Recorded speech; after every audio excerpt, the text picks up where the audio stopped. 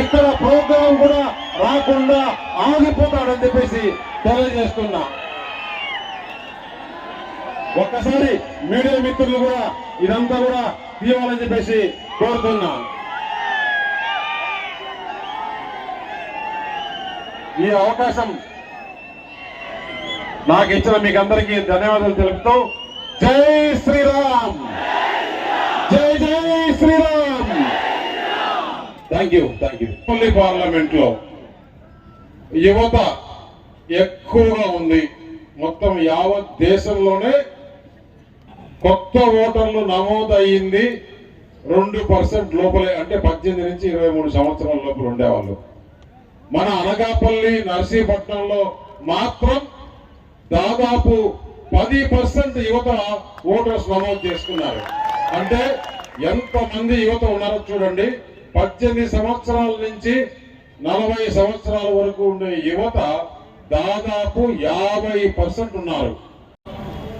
ఏ ఉపాధి లేకుండా, ఉద్యోగాలు లేకుండా ఖాళీగా ఉంటే ఇంతసేపు అందరూ చెప్పారు.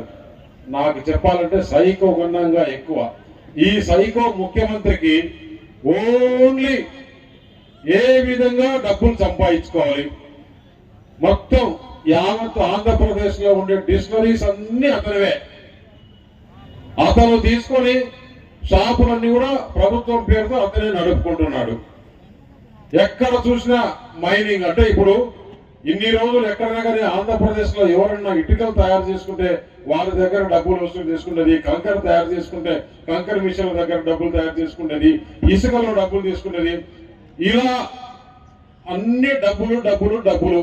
సాయంత్రం లేచినప్పటి నుంచి డబ్బులే. ఆయన 5 గంటల తర్వాత ఎవరిని కలవడు. ఇంట్లో కౌంటింగ్ మిషన్లు పెట్టుకొని ఈ రోజు ఎంత వసూలు అయిందని డబ్బులు లెక్క చూసుకోవడం తప్పితే కనీసం అక్కడన్నా మన అనకాపల్లి యువత కన్నా ఉద్యోగాలు ఇవ్వచ్చు కదా, డబ్బులు లెక్క పెట్టడం దాంట్లో కూడా అది కూడా లేదు. అక్కడక్కడ కర్ణాటక నుంచి తమిళనాడు నుంచి తెచ్చి మనుషులు పెట్టుకుని డబ్బులు లెక్క పెట్టుకుంటున్నాడు. ఆంధ్రప్రదేశ్ లో డెవలప్మెంట్ గురించి, అభివృద్ధి గురించి ఏ రోజు కూడా ఆలోచన చేసిన పాపాన లేడు. ఎందుకంటే పరిశ్రమలు వస్తేనే యువతకు ఉద్యోగాలు వస్తాయి. ఇదే చంద్రబాబు నాయుడు మొట్టమొదట్లో ఆయన ముఖ్యమంత్రి అయినప్పుడు నేను దగ్గరగా ఉన్నా. నేను చూసా ఆయన ఎక్కడికి పోతే, అమెరికాకి పోతే, లండన్కి పోతే, సింగపూర్కి పోతే నేను ఆయన వెంబడి తిరిగాను.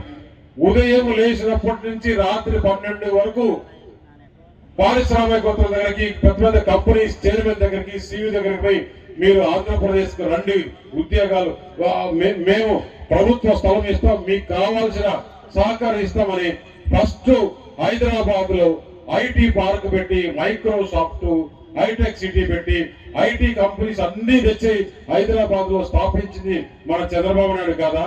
అది స్థాపించిన దాని వల్ల ఆ రోజు ఆంధ్రప్రదేశ్ ఆయన ముఖ్యమంత్రిగా ఉండి కాన్స్టిట్యున్సీకి ఒక ఇంజనీరింగ్ కాలేజీ పెడితే ఈ రోజు మన ఆంధ్రప్రదేశ్ లో దాదాపు 20 సంవత్సరాల కిందటే కుటుంబానికి ఒకరు ఆంధ్రప్రదేశ్ నుంచి యావరేజ్ గా లక్షల మంది అమెరికా. యువతకు ఉద్యోగాలు ఇస్తే మనకేమొస్తుంది? యువతకు గంజాయి దాపిస్తే నాకు డబ్బులు వస్తాయి, యువతను మట్కా ఆడిస్తే నాకు డబ్బులు వస్తాయి, యువతకు డ్రగ్స్ నడిపిస్తే నాకు డబ్బులు వస్తాయని ఆలోచన చేసే ముఖ్యమంత్రి మనకు కావాలని అని చెప్పేసి నేను మిమ్మల్ని అడుగుతున్నా. యువతకు ఈ రోజు గంజాయికి, డ్రగ్స్ కు బానిస చేస్తున్నాడు. ఇంకో పక్క ఏమంటాడు? మనతో దేవుడున్నాడు అని చెప్తున్నాడు. ఇతనితో దేవుడున్నాడంటే ఏమన్నా మనం నమ్మాల్సిన పరిస్థితి. ఒక పక్క చెల్లెళ్ళు నోరు నెత్తిన పట్టుకొని మా అన్నయ్యే మా నాన్నను చంపాడు, మా నాన్న చంపాడు, ఏ విధంగా చంపాడు, ఏ విధంగా చేశారని నిన్న సునీతమ్మ గారు మొత్తం క్లియర్ గా అన్ని ఎవిడెన్స్ తో, సిబిఐ ఎవిడెన్స్ తో చెప్పిస్తే అది మొత్తం వైరల్ అయింది. వైరల్ అయిన తర్వాత పబ్లిక్ లో ఒక డిస్కషన్ వచ్చింది. దానికి చెప్పారంట ఈ ఐపాక్ లో ఒక ఋషి అని ఉన్నాడు.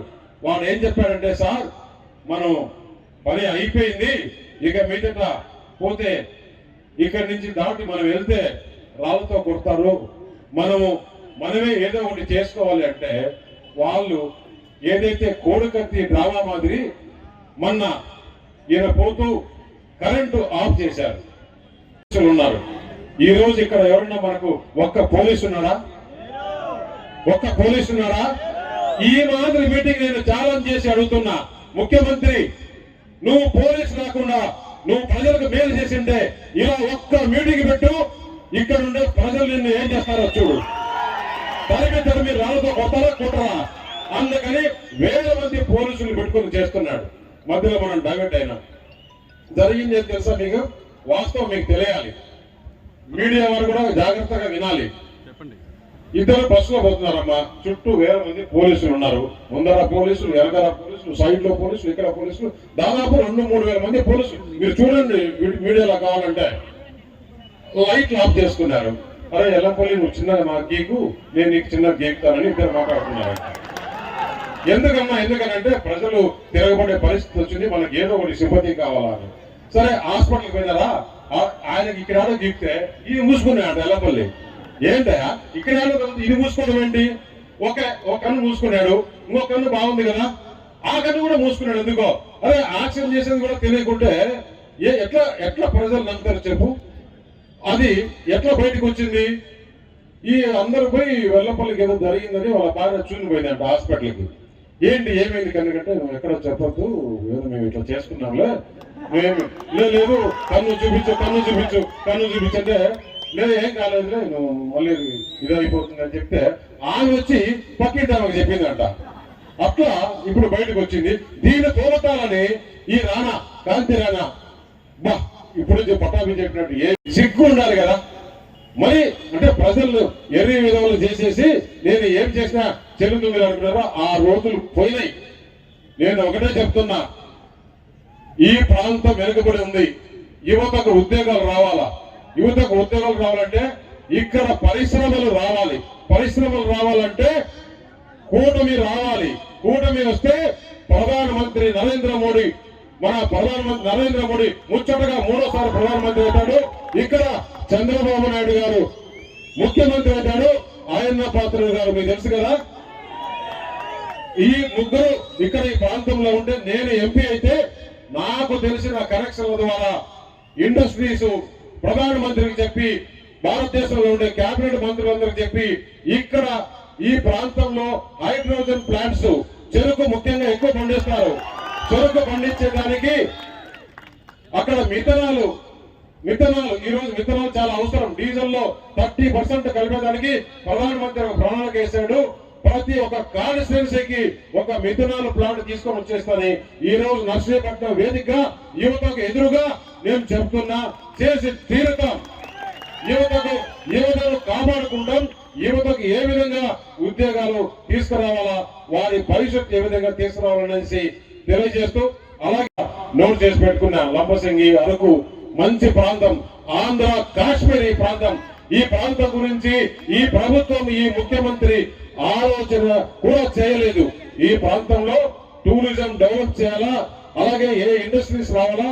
ఎందుకంటే ఆ చల్లగా ఉండే ప్రాంతంలో అల్లూరి సీతారామరాజు గారు ఇక్కడ ఉండే ప్రాంతం, ఈ ప్రాంతంలో ఏ విధమైన ఇండస్ట్రీస్ రావాలని మొత్తం స్టడీ చేపించి, సర్వే చేపించి ఆ ప్రాంతాన్ని ఒక ఇంటర్నేషనల్ టూరిజం సెంటర్ గా డెవలప్మెంట్ చేసి అక్కడ మంచి రిసార్ట్ తీసుకొని వచ్చి యావత్ కాశ్మీర్ లో ఇప్పుడు ఏ విధంగా ఆర్టికల్ 370 వచ్చిన తర్వాత డెవలప్ అవుతుందో ఆ విధంగా డెవలప్మెంట్ చేసేదానికి నేను ప్రధానమంత్రి గారిని కూడా ఇక్కడ ఒక ప్రోగ్రాం పెట్టించి, ఆ ప్రోగ్రాం ద్వారా ఇక్కడ ఇండస్ట్రీస్ తీసుకొని వచ్చి యువతకు గ్యారంటీ, మోడీ గ్యారంటీ ఇస్తున్నాడని చెప్పేసి ఆయన ద్వారా నేను మీకు తెలియజేస్తున్నా.